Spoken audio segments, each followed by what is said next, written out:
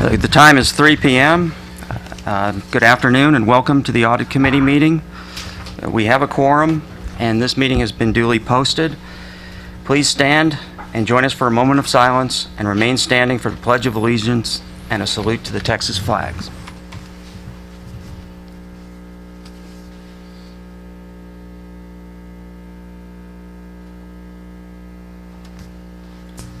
Pledge allegiance to the flag of the United States of America and to the republic for which it stands, one nation, under God, indivisible, with liberty and justice for all. Honor the Texas flag. I pledge allegiance to thee, Texas, one state, under God, one and indivisible. Members present are Lou Blackburn on my right and Nancy Bingham on my left.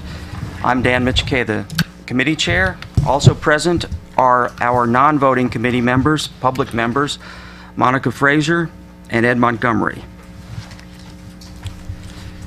Not see any public officials in attendance. Our first item on the agenda is to consider and take possible action to approve the minutes of April 30th, 2014. Do I have a motion? Move to approve. Second. It's been moved and seconded that we approve the minutes of April 30th, 2014. Trustees, is there any discussion? No, there being no discussion, all those in favor, please cast your votes by raising your hands. Motion passes 3-0. Thank you. Trustees, you have just adopted and the motion approving the minutes of April 30th, 2014. Trustees, we are now on the reports. Mr. Singleton, would you please begin the reports? Do we need to go back to item 5? The approving of the community advisory. Oh, I'm very sorry. Yes, I'm sorry. We got two agenda notes here. So,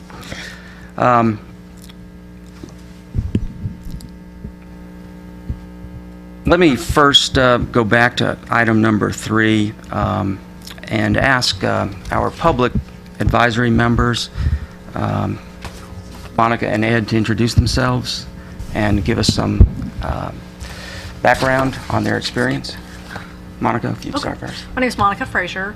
I am the Chief Audit Executive at Baylor Scott & White Healthcare here in Dallas locally, and I'm a CPA, and I've been doing audit work for over 25 years. I work for Scott & White, so down in Temple. Ed Montgomery. I'm a retired partner with Ernst & Young. I am a CPA and have over 40 years of audit experience. Thank you. We very much appreciate your service and commitment to the children of our district. Thank you. Okay. On item number 5, we will be considering and taking possible action to reappoint Monica Frazier as a non-voting community advisor to the Audit Committee for a 2-year term. Do I have a motion? Second. Any discussion? No. All in favor? Motion passes 3-0. Thank you. And thank you, Monica. All right, now we are on to the reports. And Mr. Singleton, if you would walk us through them. Yes, sir. I'd be glad to. Part of internal audit procedures is required under standards, and also as part of Dallas ISD policy, internal audit is required to do a risk assessment and present that to this committee every year. We did do that for the current year. It is a little bit different process than what we've done in the past. So let me give you a little bit of history. We've had several organizations, both internal and external to the district, that have done risk assessments, fraud risk assessments over the years. Some of that has been outsourced to, say, like CPA firms and things like that. 2 years ago now, the district outsourced to a Weaver CPA firm to do a fraud risk assessment. They did that. They presented that report to the district in the spring of 2013. By that time, it was too late to use that for the audit planning for the 13-14 school year. However, as we were planning this past spring for the 14-15 school year, we thought we would go back and use that as a starting point for doing our risk assessment. And so we went back to the Weaver report, looked at the areas that they had come up and prioritized as risk areas in the district. And so we started there and then used that as the beginning basis to do a survey this past spring for our current year's activity. The survey we did ranked items in a low, medium, high type scale. We included all of the areas that the Weaver report had indicated as being areas of risk, and I've added one, which was bonds. I was just curious to know how that might rank when we sent this out. You have in your materials the transmittal letter that went out to employees that were included in this survey. You also have a copy of the risk survey questionnaire itself. We asked for 14 areas as to what the survey went to the employees, what they would rank as far as the probability of a risk happening and its impact. You can have a high in one area and a low another way, or high in both of them. And so we asked what was the probability and impact of those risks. And then we gave them spaces to add other items or to include some challenges or risk that they knew of that would prevent the district from receiving quality information for the school system and achieving its goals. This survey went to everyone that was a executive director or higher. There were a total, and it included the school board member, included the superintendent and his cabinet. And so there were a total of approximately 76 individuals that the survey was sent to. We had a response of, I believe it was 44 responses, which we felt was more than adequate as far as response back from the survey. So that was the process. We used the Weaver report, we developed our survey that built upon that, and then we sent it out to the top management of the district, including the school board. As a result of the survey, we came up with a ranking of risk that built off of the Weaver report. It was a little bit different than what the Weaver report had said. The number one risk in both the Weaver report and the survey we did this year was E-rate. That continues to be an area of concern within the district. And you may ask, well, then what are we doing about that? E-rate does have, we outsource an internal audit on the E-rate function, okay? And so I didn't include it in our audit plan. We'll talk about that later. But E-rate is the top thing. It is outsourced to an outside CPA firm for them to do procedures. That's under our compliance agreement to have that internal audit done each year. So that was not part of our work, but that work is being done. I will say also that the E-rate program has an external audit done on just that program for E-rate. That is done by Deloitte, CPA firm.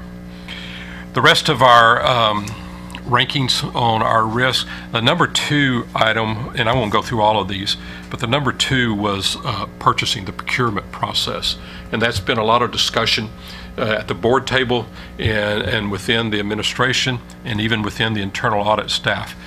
And so procurement went up from what the Weaver report had said previous year. The third area was activity funds. Activity funds is unique in that the risk is there, but the impact is low because there's just not as many dollars involved there, but the probability of it happening is high.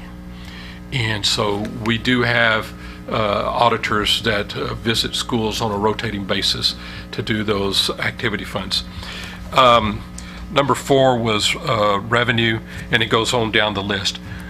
Anyway, that was the result of that risk survey, and then we will be using that, and I'll explain that in my next report, of developing the audit plan for 14-15.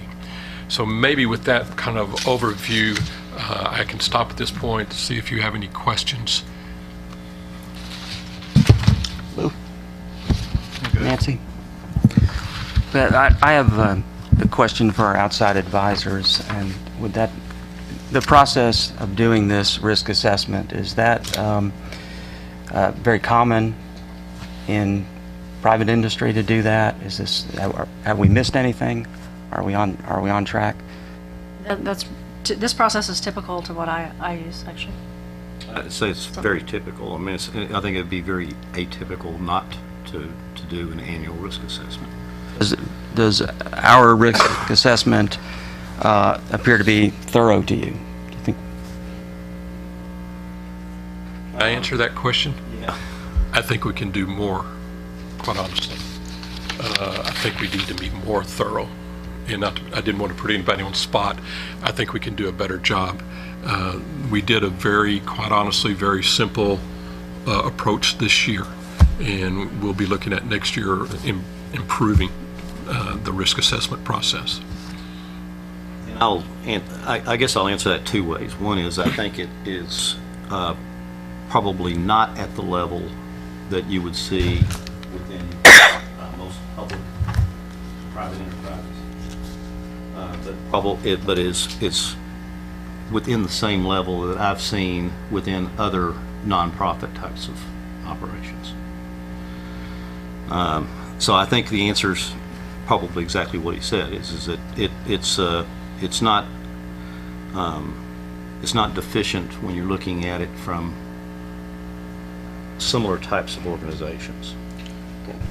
Yes, and I would agree. And probably one thing you may not be giving yourself credit for is I bet you've done some face-to-face interviews too, and I bet there's more behind it other than just this survey that you sent out to 76 people and that goes into this, not just the number crunching. And Yes, and as we developed our audit plan, one of the instructions to the auditors is as you go in and do your procedures and you're dealing with your auditee, the people you're auditing, is to do some follow-up questionnaires, dig into it deeper at that level when they're doing the audit. And so we'll be supplementing this survey with what we find as we do our audits. I think it's also would be, it's good that it's a broad-based perspective, because I think you do get a lot of good input when you're talking about operational risk when it's broad-based.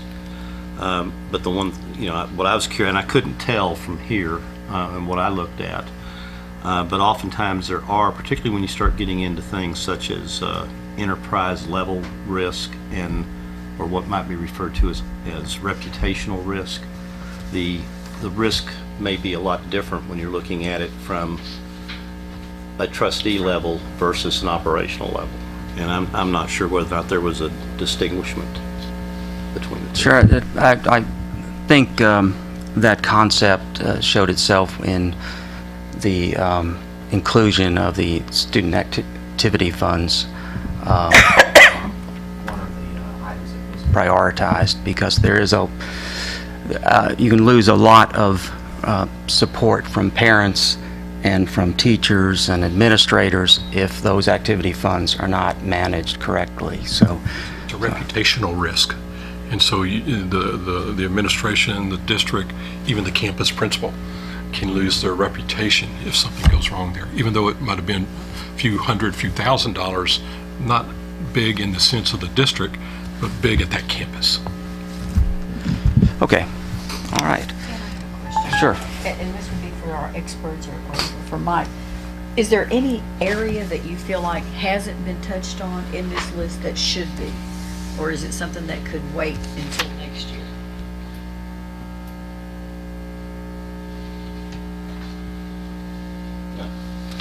I guess I'll just say, I think I probably do not have enough knowledge of the operational side of the district to respond to it. It covers the general categories that I would have expected to have seen, but I don't know that I have enough operational knowledge of how the... Yeah, Mike would be the closest to it. Yeah, I think as we can fine tune this and improve, as I mentioned earlier, I think we'll find more areas. I will tell you right now, before we even get into the audit plan, there's more here than I can get to in any given year.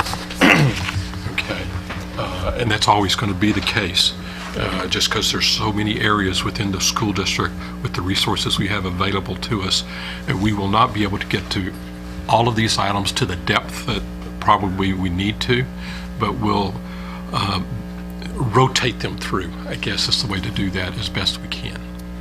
We have got the big buckets. These so are to the speak. big picture items. You know, every year something new will pop up, and so we'll address those risks as they come up. This whole risk assessment process needs to be a more dynamic and flexible process than maybe what we've done in the past, so that we can adjust in the middle of the year if we have to, and adjust our audit plans and all that. And so if a risk comes up and we see it and we feel like it is of significance, then we need to adjust accordingly, and we won't wait for another year before we get there. And that would mean that Mike would come to the committee and say, we've got to do this project, and we're going to pull this other project Right. off the plan because it outranks it now. Okay, thank you for that report and the discussion. We'll now take action to approve the 2014 district risk assessment. Do I have a motion? So moved. Second. It's been moved and seconded that we approve the 2014 district risk assessment. Trustees, any further discussion? All those in favor, please cast your votes by raising your hands. Motion passes 3-0. Thank you. Next report on the agenda is the 2014-2015 internal work plan report.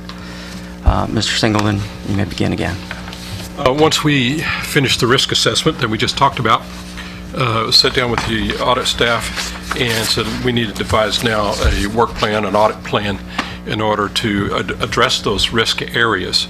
And so we sat down, we identified those risk areas, we labeled them out, sat down with the staff in 2 or 3 meetings and just talked about where's the ranking. And what we've done now is develop an audit plan, and what I'm basically going to just get right down to is this schedule right here that I believe you may have in your folders. The document I printed was just to kind of give you an idea of the thinking process we went through as we developed this audit plan. This is also required by standard and by board policy. We had to prioritize these based off the risk assessment survey, and so we're putting more emphasis in certain areas than others. We tried to touch a little bit of all of them. I think we did pretty well overall. When we sat down with the staff, I'd say, all right, if we're going to look at procurement, where are the areas that we really feel like are the greatest problems? And so we identified those. They went back and they have established some audit projects that we'll be doing for this next year, and went through that whole process, through this whole step, to try to develop these audit projects that would respond back to that risk assessment that had been done. Again, this is also a little bit different than what you have probably seen in the past in the internal audit department, in that we tried to make sure that we could connect the risk with the procedures that we're going to do. Now, I will tell you this, and I kind of alluded to it just a few minutes ago. We came up with more audit projects than we have time to do. Okay, so even within that, we had to set some of them aside, prioritize within these areas. We now have an inventory of projects that we could do, that if one of these, for some reason, we decide not to do, we can pull one in, and that kind of process. So we've got this inventory sitting over here that if we can't do them this year, we'll do them the next year. And that's what we're thinking at this point in time. And so we went through all of those areas of risk, kind of grouped some things together, put in here the projects names.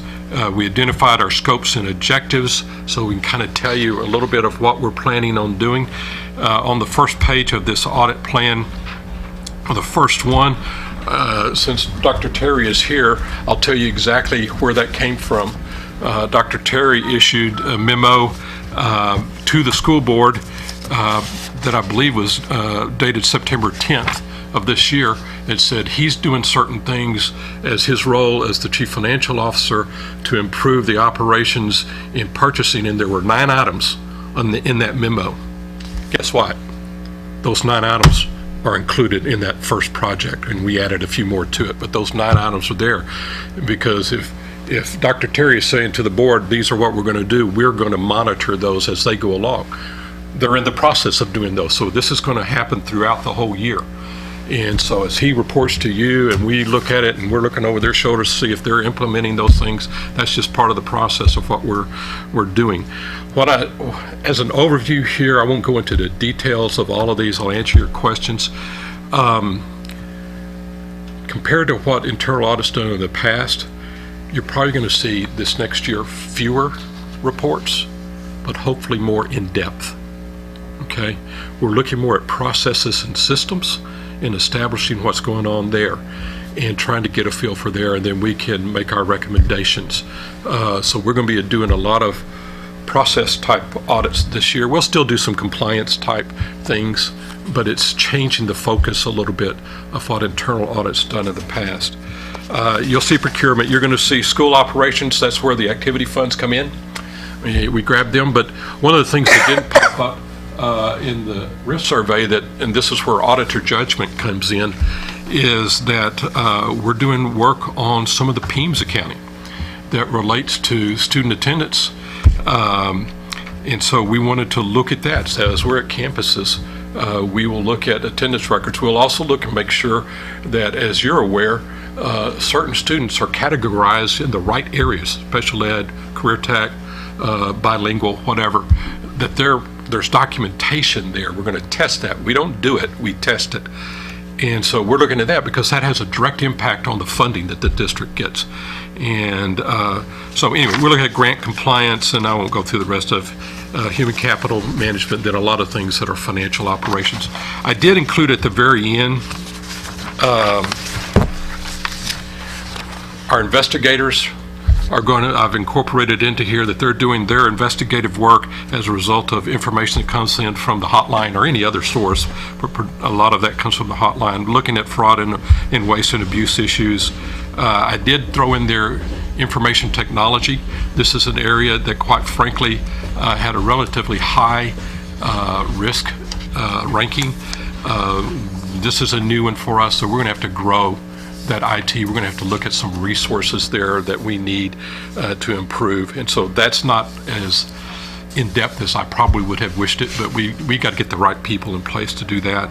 And then I put down here just some administrative things that we're going to be working on in our department, which includes a new audit software, which I'll report on briefly, looking at procedures manual, and doing our quality assessment reviews this year. And so that's just an overview of our audit plan. I'd be more than happy to answer any questions. Okay. Thank you for that report. Trustees, any questions? Mike, do you have any open FTEs that you could fill with an IT I have 5. person? Oh, you have 5 open. FTEs. And so, honestly, I'm going to be really pressed to get this particular audit plan done this year.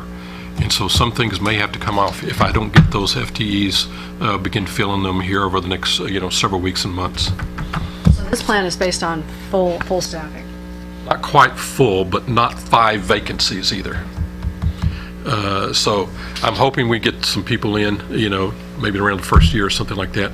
And we haven't posted those positions yet, but then that will give us enough time, I think, to get it by midsummer, to get most of this done. It's a pretty aggressive work schedule, really is. You're going to try to dedicate some of those 5 to IT positions to fill some IT expertise? Yes. We've got a couple of people on staff that we're developing to do the IT type work.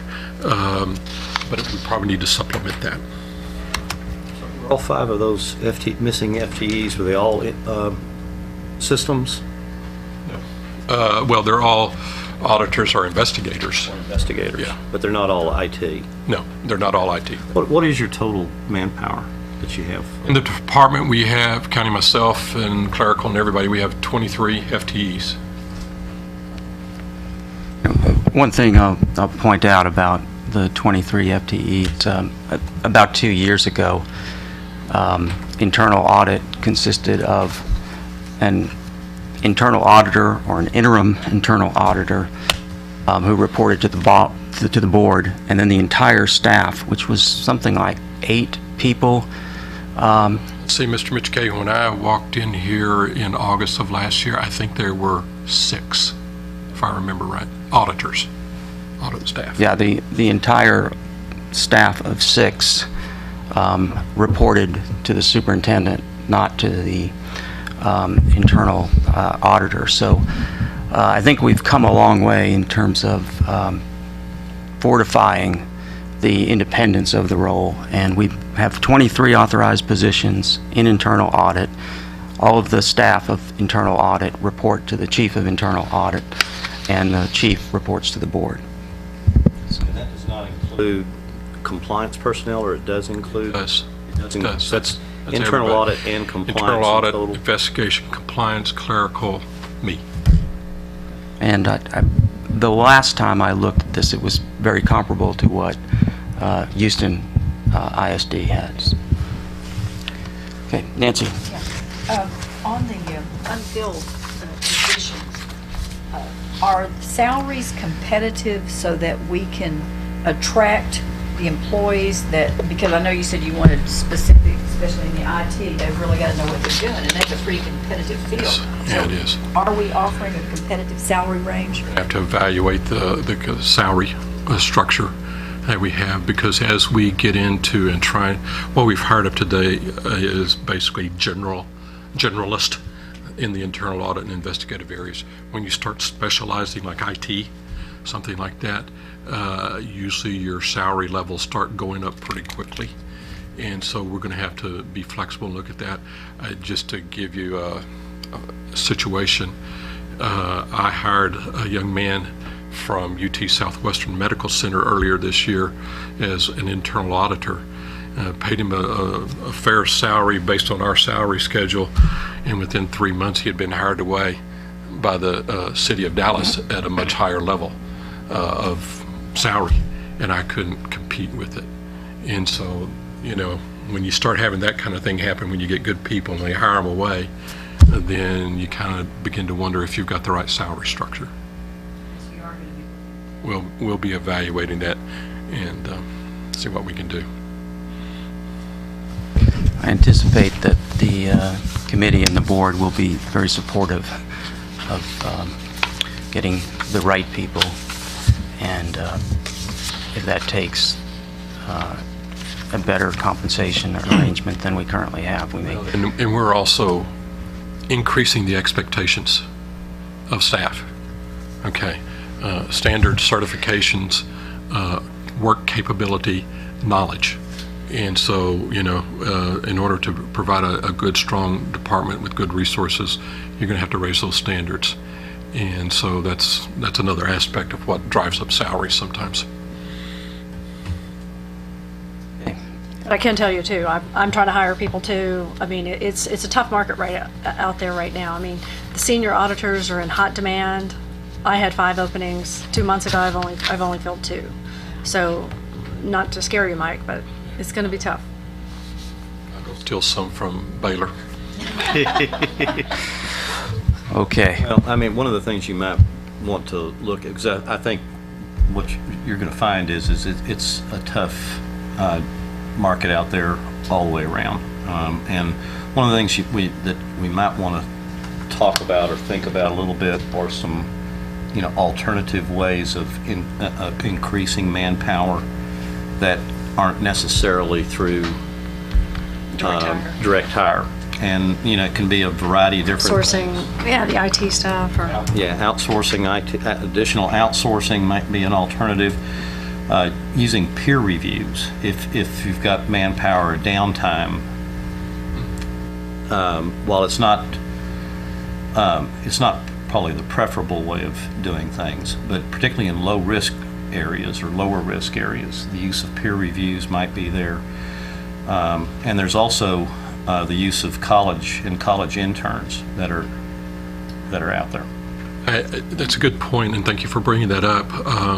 Quite honestly, I've already had some conversations with some other organizations that we could use to do some outsourcing from them, some staff or projects, whatever. I've already started some of those conversations. I've also had conversation with Mark Salamasic, who is the I don't know his exact title, but he's with UT Dallas and over their internal audit program there, and talk to him about student interns. We're not quite there yet. There's some things that Mark and I would have to work out, but that's a good option in the future. Okay. Well, we need to take action to approve the 2014-2015 internal work plan. Do I have a motion?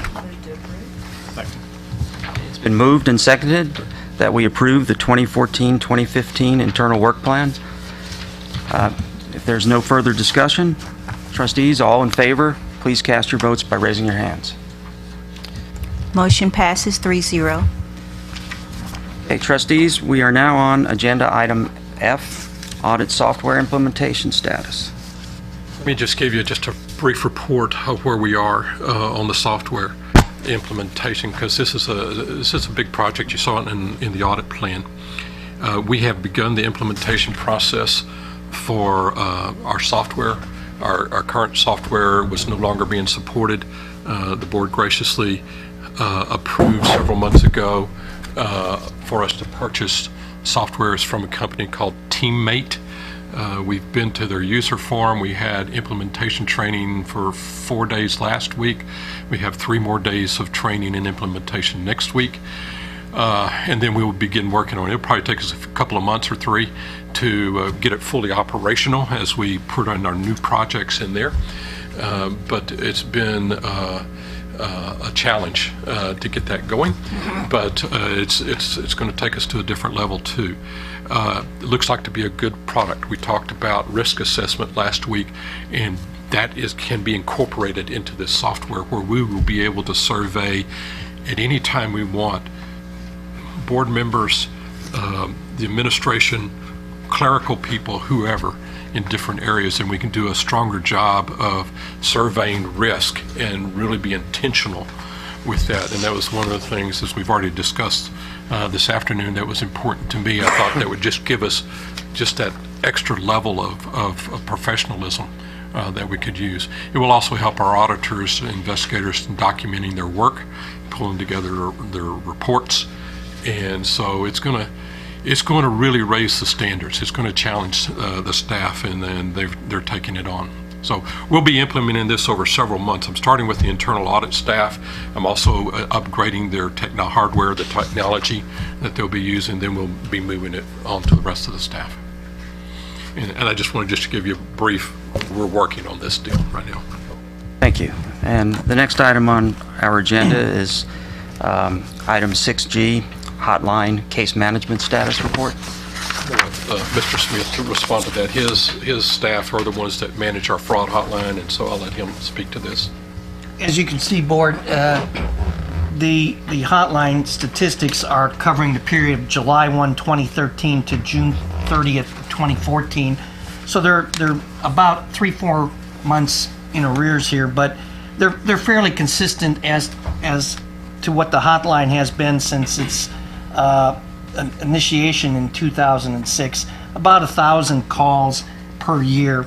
Of that, we in the investigation and had about 100 investigations from that 924 incidents, and as of the date of June 30th, and again this shows just a snapshot on that date only, there were basically 20% of the cases open, 80% of the cases closed, and it shows the breakdown of what was in internal audit, what was in PSO, and what was assigned to the child abuse office, and then what was closed. So it's purely a snapshot, not really indicative of anything except what occurred on June 30th, and it shows you the number of incidents, which is fairly consistent. Our tracking system doesn't track this way, but we had to lump this. So anything that's included in these major figures here, I couldn't tell you how they break out. PSO has their own system. Child abuse inputs into our case management system. Ours is the only cases I could tell you actually what was inside those numbers. And again, the numbers are indicative only as of June 30th. So when you look at your other chart, attachment 9, that's only from January to June, and that's only indicative of the cases for that 6-month time frame. But the hotline calls are pretty consistent. That's the bottom line. Okay. Trustees, any questions? Yeah. On the child abuse cases, do we work with the city or the county on that, or do we strictly work alone? Well, it depends, Trustee Bingham. When a case comes in by district policy, it has to be reported to the district. Police department reviews the case to see if it meets the criteria for them to investigate it criminally. Certain cases are turned over to the Dallas Police Department. Sexual cases of that nature, they go to the Dallas Police Department based upon a memorandum of understanding. The remaining criminal cases, and if we're talking 100%, we're talking a very small percentage to begin with, maybe 3-4%. Those cases would then, the Dallas ISD PD would work them. The rest of the cases, the bulk of the cases, 95% plus, are categorized in two categories based upon the district's policy. Category 1, serious cases, and there's different criteria for what's serious. And then Category 2, the vast majority of them, is the cases that are settled on the campus, and they're called APIs, Administrative Preliminary Investigations. They're farmed out to the campuses in that the principal, the assistant principal, the campus management basically knows what occurred. They can handle that case. That probably is 75% of the total cases. So that number between 75 and 95 are the cases that now PSO does. On the cases that go to the other entity, do we consider that closed? We close. They're over there. There's the way it's categorized in case management. PSO assignment. PSO assignment. And whatever case that is, it's classified as PSO assignment. Historically, since January, they've reclassified it. So that's why it's very difficult to go back and see what individual cases are, because they've been reclassified. But we initially, when we get them in, and if they're within the jurisdiction of PSO assignment, and that's it. Now, the child abuse cases, they're put in by the child abuse office directly. Any other questions about the hotline? All right. Let's move on to the financial report update.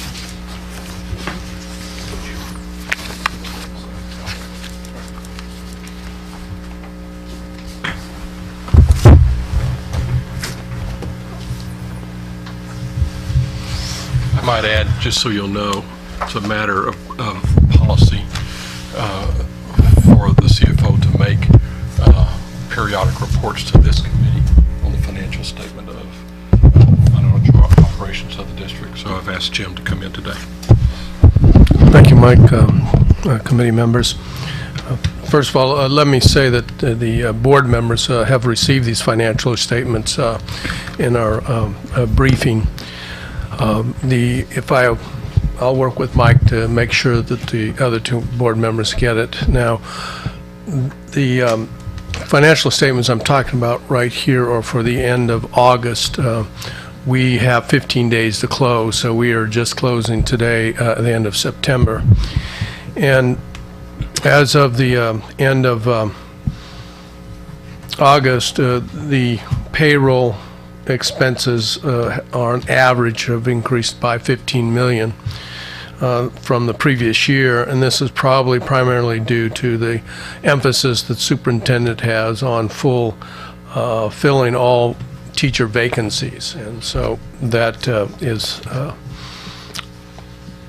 what we're watching. On the non-payroll side, right now on average we're running about $6 million behind, so we're essentially, the numbers when rounded is about $26 million we're rounding for the first 2 months, July and August, over the previous years.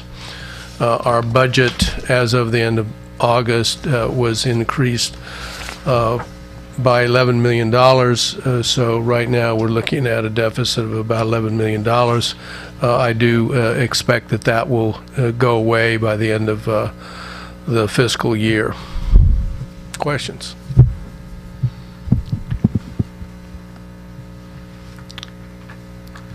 Okay, since this is something we've already discussed in the board briefing, I don't think there are any further questions. Yeah. Thank you. Thank you. Right, we're up to item 7 on the agenda, which is consider and take possible action to accept and make final the internal audit follow-up reports. This is a process we formalized and began doing more aggressively back in this early spring, I believe it was, maybe late winter this year, is going back and looking at our audits that we had done the previous year and seeing, all right, how were any recommendations or findings that we had brought to the attention of the auditee or the administration, were they being resolved? And so when at our last audit committee meeting, we had a large number of these. We continue to work these throughout the year. We have 14 of these, 8 of which were from campus activity audits, and then the remainder were just different audits we had done during the year, and giving you a kind of a report of where we are, where the auditee is as far as resolving our recommendations. As you go through it, you can see some of them have been fully implemented, some of them they're still working on and it's partially implemented. We will continue to monitor that. And so this is just an update on these particular 14 audits that have been previously done, and just to show you that there is some activity going on. Any questions?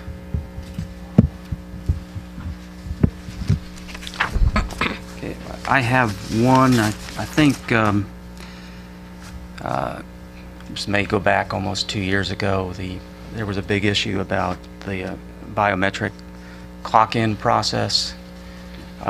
Do we have full compliance at this point on that?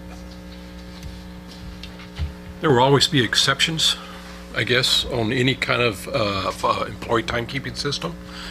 And so, but there seem to be improvement in some of the procedures, and assuming they continue with the ones that we've recommended, to watch that and monitor that. And one of the recommendations that I recall was that somebody in the administration, probably within HCM, monitor that more closely and look for those type of exceptions. And so it's improving. It's trying to get everybody to do the biometric clock in is a challenge. Yeah, I was looking at page.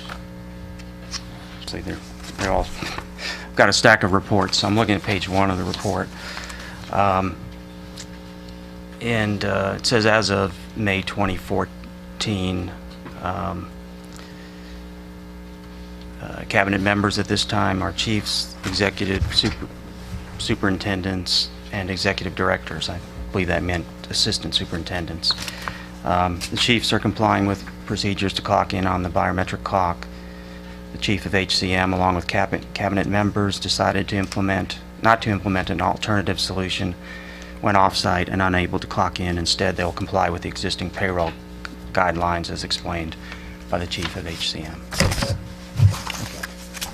And as a result of that audit, responses there, we initiated another audit just to follow up on this one and expanded the scope beyond those titles and those positions that were there. And so we're continuing to monitor it. Okay, any further discussion? All right, I'll entertain a motion to approve and make final the internal audit follow-up reports. Second. All right. With no further discussion, all in favor? Motion passes 3-0. Okay, thank you. We are now on to item 8, consider and take possible action to accept and make final the completed internal audit reports. And we have a relatively long list here. Mike, is there? Staff have been busy and getting a lot of reports out. Of course, it's been a long time since we had our previous meeting. There's a total of 34 audits here that the staff have done over the last several months. Some of them are activity fund audits, as we've discussed. Something new this year that we did was student attendance audits. As we started the year, we wanted to get into that, so this was kind of our first foray into doing a student attendance audit, since that does impact our state funding levels.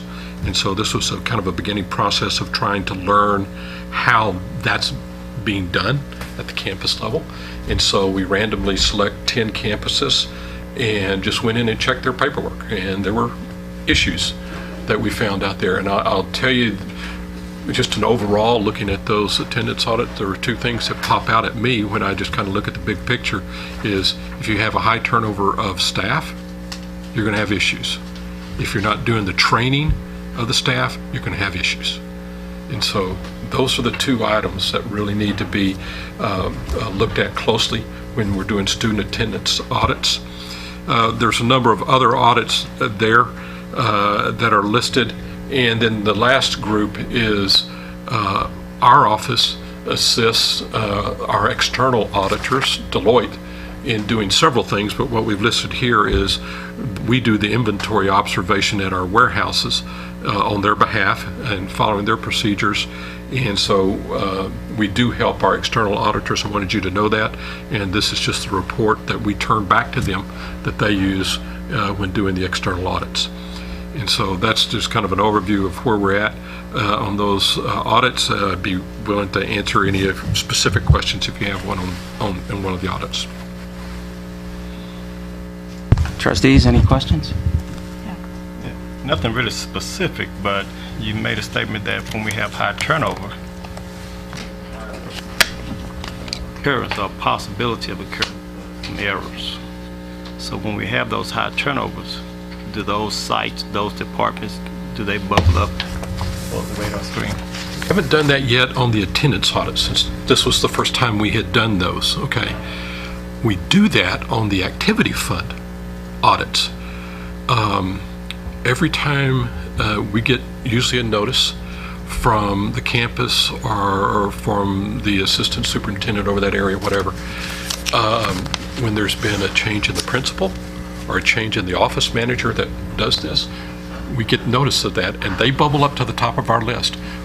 Our basic policy is to try to do a campus once every 3 years, cycle through those. But if there's a changeover in those two positions especially, they immediately go to the top of the list. I would think that in light of some of the most recent incidents about attendance, we might all do the same. That will be something we'll be evaluating, yes, sir. We want to expand that, but as I get these other vacancies filled, that's kind of some of that. Trustee Bingham? Inventory. Do we have an actual inventory at the school building level? A rigorous, robust inventory? Because I'm always hearing about, well, we used to have X number of computers, now they're not there. That I can fully answer that question, since we haven't looked at it specifically at the campus level. I mean, yes, you've got fixed assets there, including technology. You've also got textbooks. You know, I just don't, I'm not aware of what all's going in those particular areas.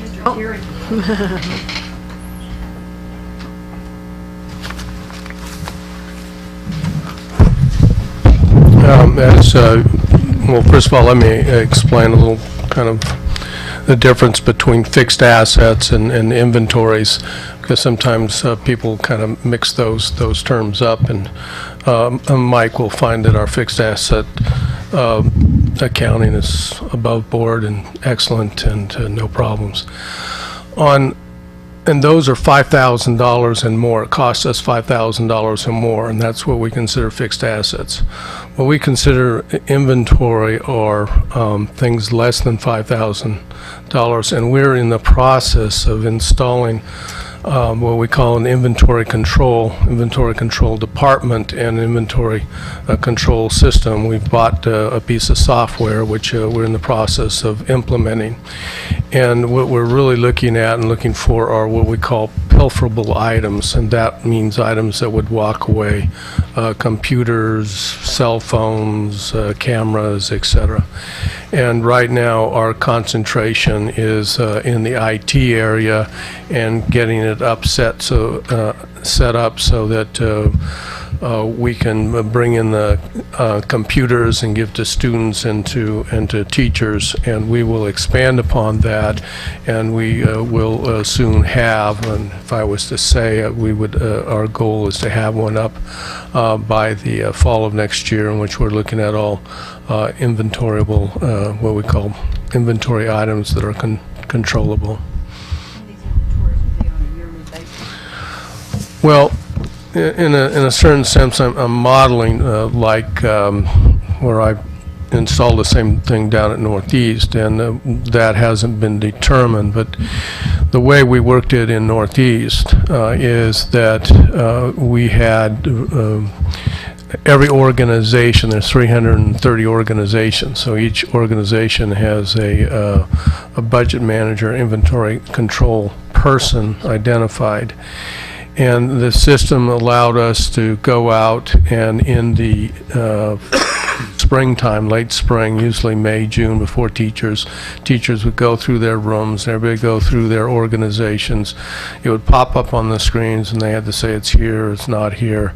And then what would happen, that's for all orgs, and then in the fall, only the teachers in the teacher rooms and campuses would redo their inventory, so you could see if we had any loss at the end of the school and at the beginning of the next year. And because teachers moved, then the teachers would be assigned a room, so we make sure that they know. And we found that when teachers do it, that they tend to watch the stuff to make sure it doesn't go away. And of course, we had a reporting system for lost or misplaced items also. I just think that that's important at the classroom level to keep up with everything, especially the technology.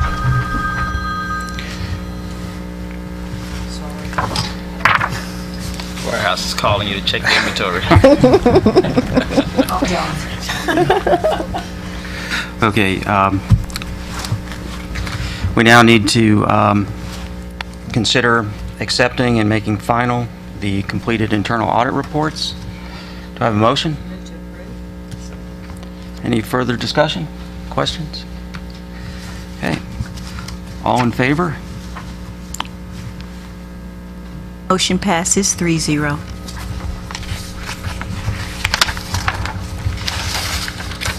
The next item on the agenda is item number 9. Consider and take possible action to accept and make final the completed investigation and inspection reports. Ask Mr. Smith to respond to this and answer any of your questions. The attachment number 9 has a little over 30 investigations and inspection reports. Are there any questions on those? I'll define, our department not only does investigations now, but we do inspections. Inspections, the easiest way to look at it is it's an investigation without an employee as a subject. A good example of one of our inspections is the principal's plan report. What we're doing is we're doing investigations that show us where processes are incorrect in the district. So therefore, then we open up an inspection relative to that defined process. For example, the principal's plan. And in the principal's plan, we took it upon our own initiative to look at all the high schools, which was an overwhelming task. That's why there's only 30-some investigations for the first half of the year. That principal's plan report took all of our staff a chunk of time, a large amount of time for the first half of the year. In fact, it's just finishing probably tomorrow. And the point is, the inspections produce additional investigations, as did the principal's plan investigation. And so it went from investigation to investigation, possibly another inspection. So we've done, during this time frame, we've done one inspection. To date, we've done more inspections. I predict that we will probably do probably 50% inspections now in the future and in investigations. I'm new on the committee. I have no idea what you're talking about when you say principal's plan. What is that? Well, the principal's plan was the graduation rate investigation For credit recovery. for credit recovery. The key factor in that was the principal's plan. So when we did an investigation late last year on Kimball, out at Kimball, we saw that this may be an anomaly relative to the principal's plan being adhered to. So I asked the investigator to look at not only the particular student, but expand that to see if it was other students. It happened to be other students. When the case was over, I said, why don't we look at all the high schools to see if this is in fact just Kimball, maybe just a few high schools, maybe it's systemic. So do our two community people, do y'all understand what credit recovery is? Could somebody just, I mean, Basically, y'all need to know what that is. student has to have 90% of the time in class for attendance. If they have less than 90% of the class time, but above 75% of the class time, and they're passing in the course, they have to have a principal's plan to recover that time that they missed in school for all unexcused absences. And to get credit for the course. And to get credit for the course. And so we looked at Now, it's my understanding, Don, that it's not just unexcused, but also excused. correct. It has to be over 70, if it's under 75% and, or over between 75 and 90, and it's excused, unexcused, field trips, all that counts together. Any absence. We got a legal opinion on that, and when we initially did the first phase, it was a misnomer calling it preliminary. It was the first phase, because those 10 schools are done. We included only what the definition was that was given to us at the time.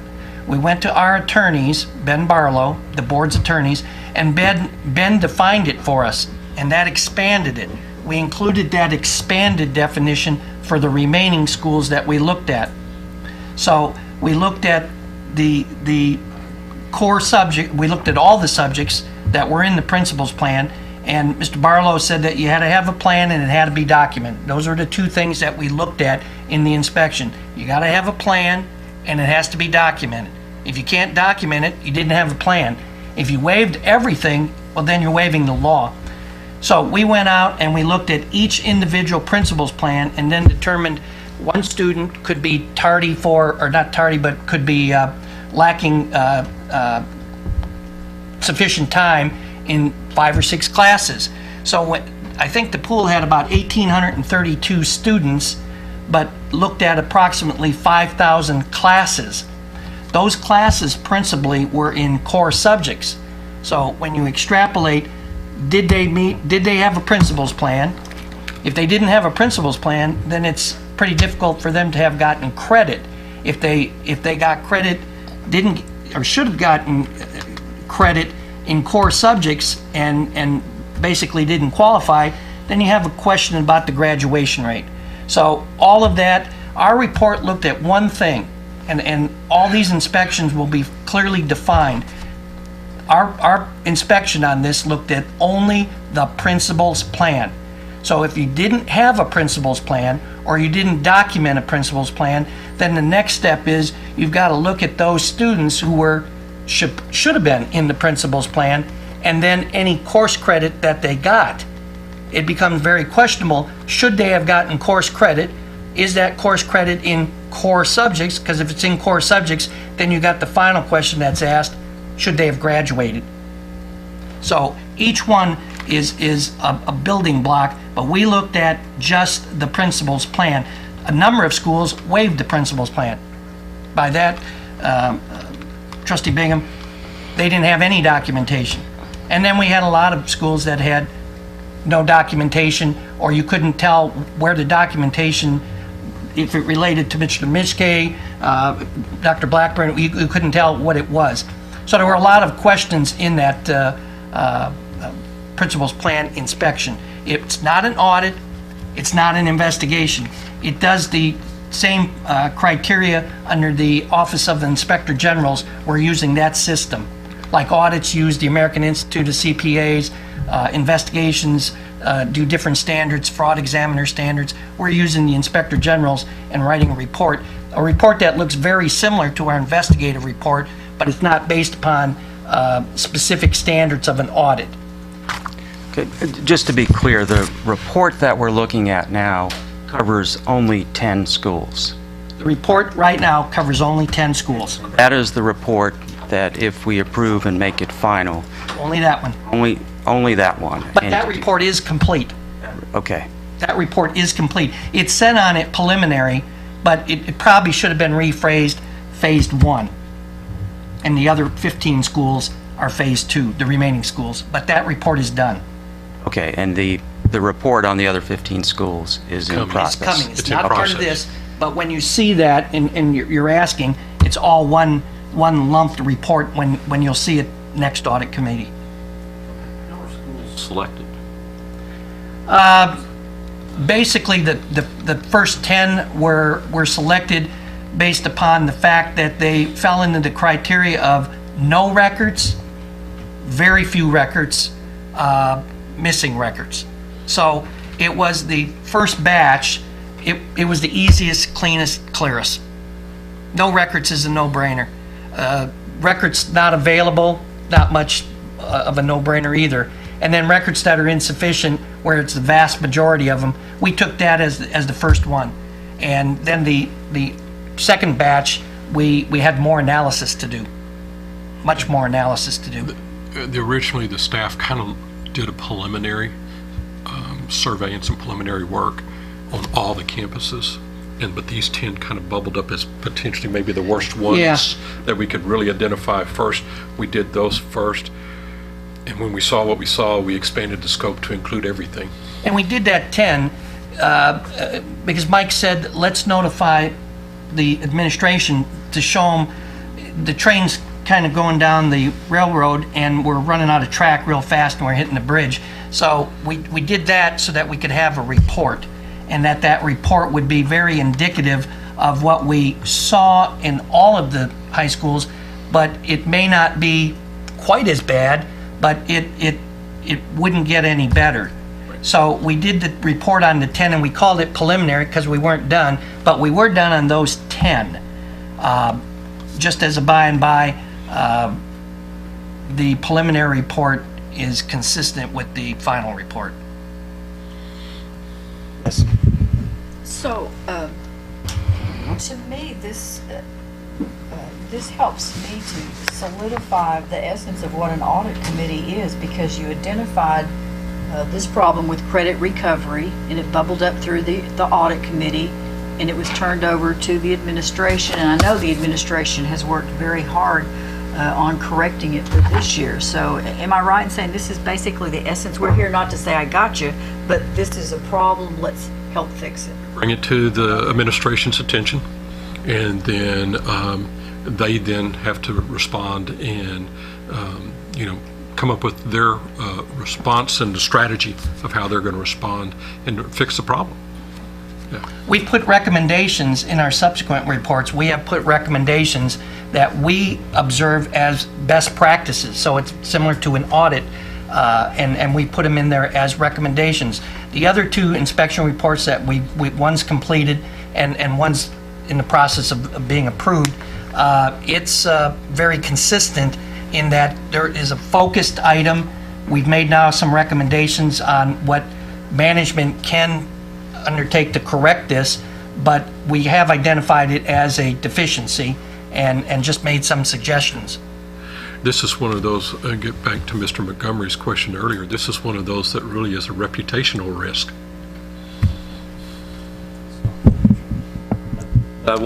You did, I think I understood, you kind of did a overall, what I'd refer to as a survey of all of them?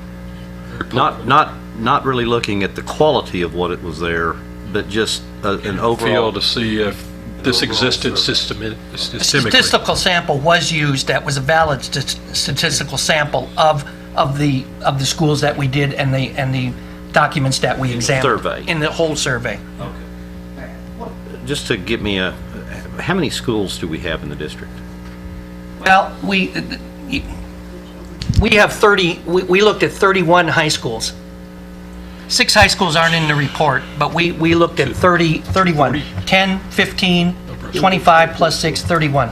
Those are the ones that had the. Yeah, it only applies to the high schools. Right. So it's 31 high schools is what you looked at, and the universe is 30. It's there might be 2 on one building, one facility, or something It of just that depends how you nature. count. So you're at the 90% level. I think we've covered all of them. The final 6 we didn't look at because they had no principal plan problem. They had no absences that necessitated it. Oh, so they didn't hit the thresholds. Didn't even hit the threshold, 6 of them.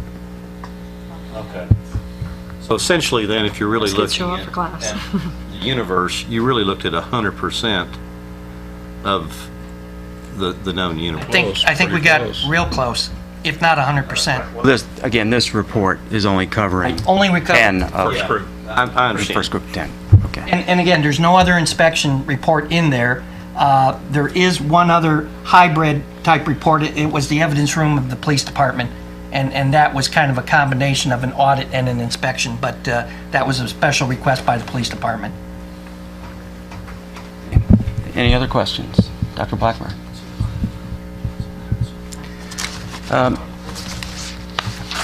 In the batch of reports that we're approving is the report on the real estate commission. Yes. It's highlight number 13. What is the final conclusion on that? Well, there was preferential treatment. That's the bottom line. It was substantiated. This was a 2008 real estate commission. It was asked by one or more board members to verify what occurred back then. We did a 5-month investigation, looked at a lot of historical documents, very lengthy report. I think the board got it in May-ish. Yeah. Got an advance copy or got the copy, and it's a very lengthy report, but it substantiated the initial allegation. So that'll be report number 13 on the list. Assuming we approve these reports, how long will it take for them to be uploaded onto SIRE? Actually, the next step will be that once these are approved, that we will put them up on the internal audit website, and they'll be available there. It'll probably take 2 or 3 days after today. Now, you're not talking the investigations. Not the investigations. No, The but- investigations have personnel information Yes. and things like that in there. We don't put those out there because those are personnel matters, and so we don't put the investigations out there. Obviously, they are eligible for public information requests, but when they are, they're redacted. So those won't be out there, but everything else will be out there on our website within a few days. Any further questions or discussions about reports? Well, I mean, on this real estate commission one, is there any action that was taken? Or this was just information for the committee, or? Information for the board. Okay. I don't believe one employee remained in the district, as I recall. Remember. They're all gone now. It was strictly informational to find out what occurred and who did what and when. And I think it fully explained what occurred back then and how it transpired. The root of that issue, if just from my knowledge of reading the newspapers on it, that would really fall in your risk category back underneath procurement and vendors. Part of it is, part of it, we're going to have to look at our construction services area too, which was not in that risk survey. That may be one of those areas that, quite honestly, I don't have the expertise there. We may need to do a little outsourcing of some expertise there. We've got construction on here, but this was...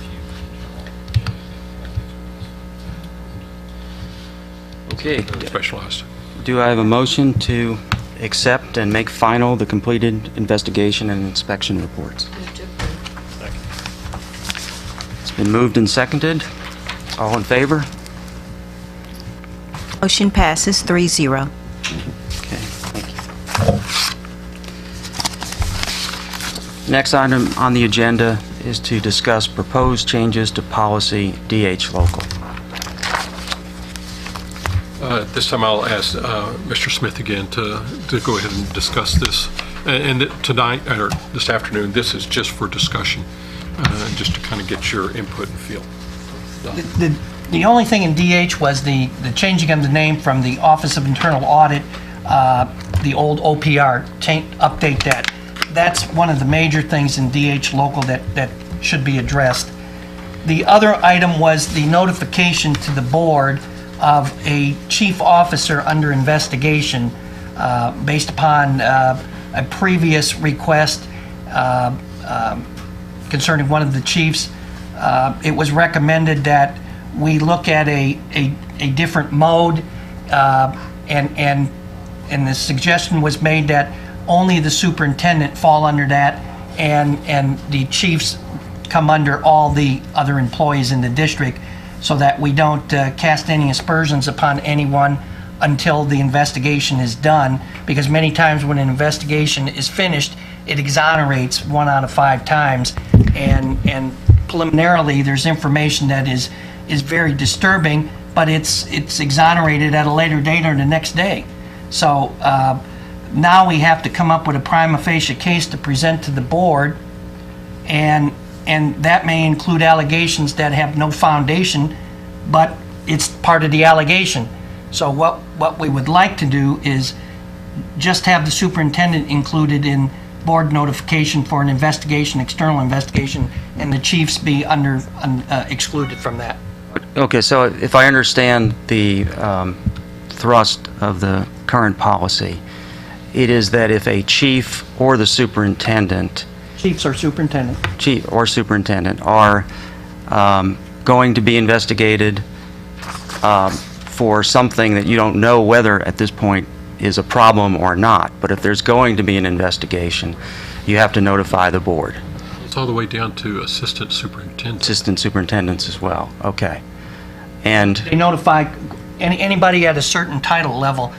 We're recommending, Mike and I are recommending that it just be the superintendent, because we get allegations. You can see here we get 900 and some incidents. We get an allegation and we have to document it to you or get it to you in some way. When Alan King was here, he did a simple email. I'm not so sure that the email is a good idea either. But for the superintendent, that's one case. But for all the others, many times we get an allegation, and I think we've had 2 or 3 chiefs or what have you, and we've closed it out. But we've had to go through this process, and the most recent one had a lot of information that was purely preliminary, but it was part of the allegation. And I don't have the power to say, well, we'll give you only 5% of the allegation. That's not right. I have to give you 100% of it, but maybe only 5%'s provable or that we can substantiate. so basically what you're saying is you're going to investigate. You're just not going to notify the board with respect to investigations that you're looking at if they involve chiefs or assistant superintendents, that those investigations you will do without a notification to the board, which current policy requires. If it involves the superintendent, Yes. you'll be notifying the board. And if I understand it correctly, the problem with the current notification requirement is that, first, it hampers your investigation. Yes. Because if it leaks out that somebody is under investigation, it's really hard to get accurate information. And the second problem with it is that it can damage reputations when it turns out the allegations after the investigation are unfounded. And did I summarize that? Absolutely. It's not fair to the employee because, like I said, we get allegations with everything. And we've got to tell you that allegation. I can't keep it back. But it's such that so few of them have gone forward that it's much more efficient to allow us to investigate and close it. Or allow us to investigate it, and then at a future date, we'll bring the report to you. The problem with notifying the board is that the information tends to leak out and then compromises your investigation. Okay. So we'd like your input on that and tell us if we need to move this forward, because it'll have to go through the normal policy procedures. We have a draft that we could present, but we wanted to get the audit committee's feeling. Right. I feel good. I feel good. Yeah. What's okay to me, I know Eric is our policy person. Does he Yeah. need to? Yeah, I think if you would prepare the draft and we will, I don't know if we're supposed to take action on this, but discuss proposed. Not for this month, I think. Yeah, right. So I was going to say that I think the committee would be inclined to support that and to recommend it to our policy. Should we bring it next month for the board briefing? I think that would make a lot of sense. So if we can get that on the schedule then. We can get it done the next month. By Monday. We have Monday's our draft. deadline. We have draft already. Okay. All right.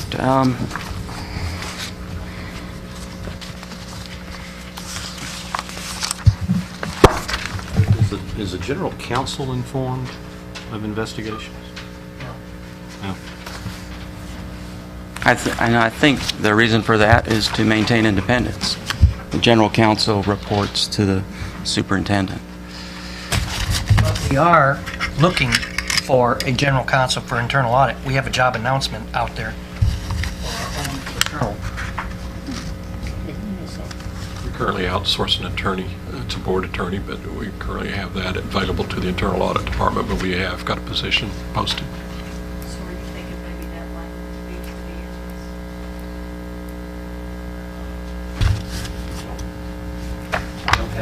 this? Yeah, I'm not sure. I mean, maybe you do.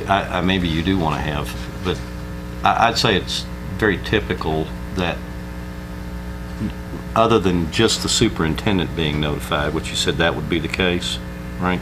Oh, The investigation. I'm sorry. If there's an investigation, the policy that we're changing currently says that if there's an investigation of a chief, an assistant superintendent, or the superintendent, that the board has to get notified. And we're narrowing that down to just the superintendent. I think I'll also ask, but generally I would think that the internal audit and offices of compliance would typically want to at least have available to them to discuss those investigations someone in council. And we do. That's the reason why we want our own internal attorney to discuss those matters. Because if it did involve the superintendent, we'd be using the district's attorney, which could be a conflict of independence for us. Yeah, I'm sorry. I should have clarified that because you're kind of coming in a little bit to the middle of the movie, trying to figure out what we already have in place. But internal audit does not seek legal advice from the district's general counsel with respect to investigations. Does the board have general counsel? The board has separate counsel, separate board counsel from the district as a whole. And so what we're really talking about is taking some of the legal work that is currently being outsourced and bringing it in-house, and the universe of legal work that we're talking about are questions that internal audit asks of an outside attorney currently. So in using the board's attorney, as you're doing it right now, is that not sufficient? No, because basically we need to skull session with somebody in-house like we had before. We had an external attorney when I was with OPR, and we could talk with that attorney on any issue before. It would give us guidance before we initiated anything, and we would know what our legal standing was.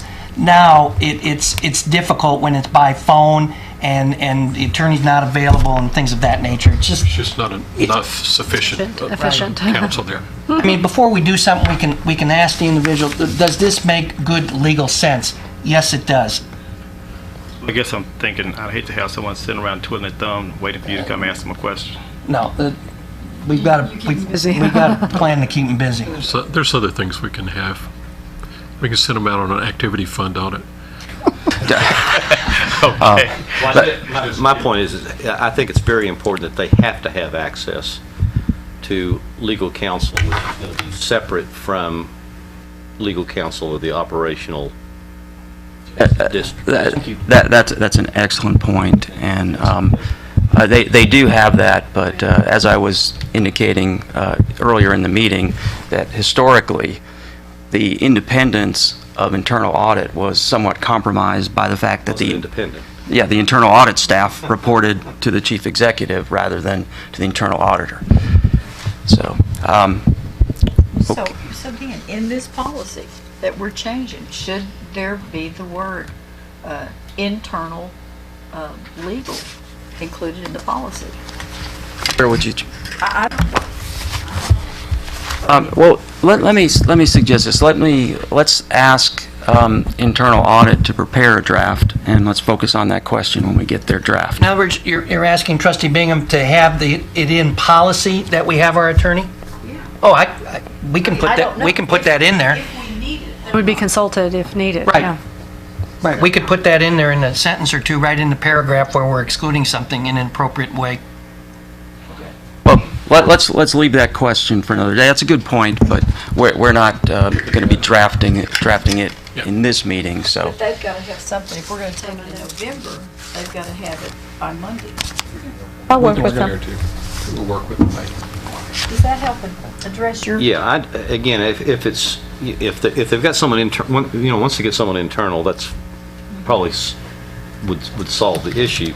But right now, if it's the board's general counsel or the trustees' general counsel, and they go and have meetings there, then a trustee can question, well, why are you going? There's another problem also, and when we address this, is at the third level, our investigations have to be outside reviewed, and at level 3, the board hears a grievance, and if our investigation is the prime item of that, then we could have a problem in that the attorney gave us legal advice, and now the board's attorney is looking at that. Now, we've segregated that through the use of the attorneys, but sometimes in an emergency, we have to use what attorney's available.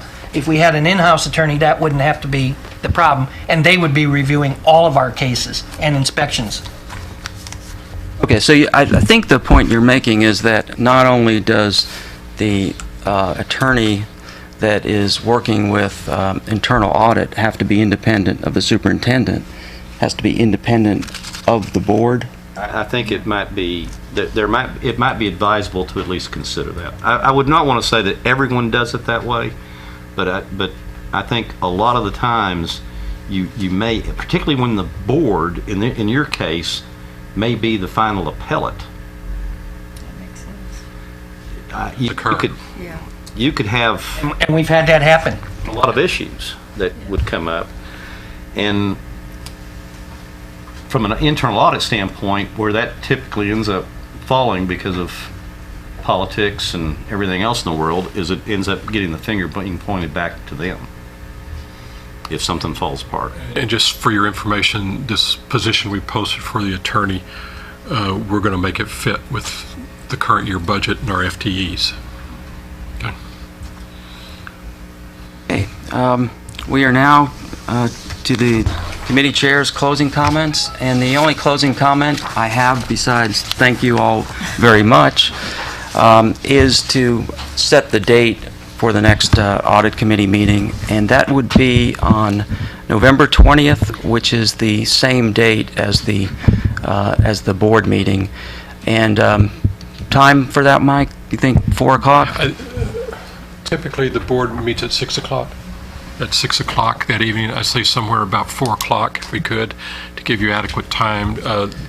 Main purpose here will be the external auditor will come to this committee and do their presentation of our financial audit report.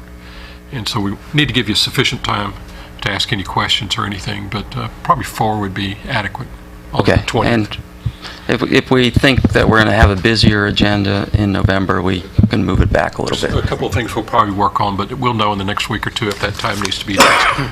Okay. November 20th, then, for the next meeting.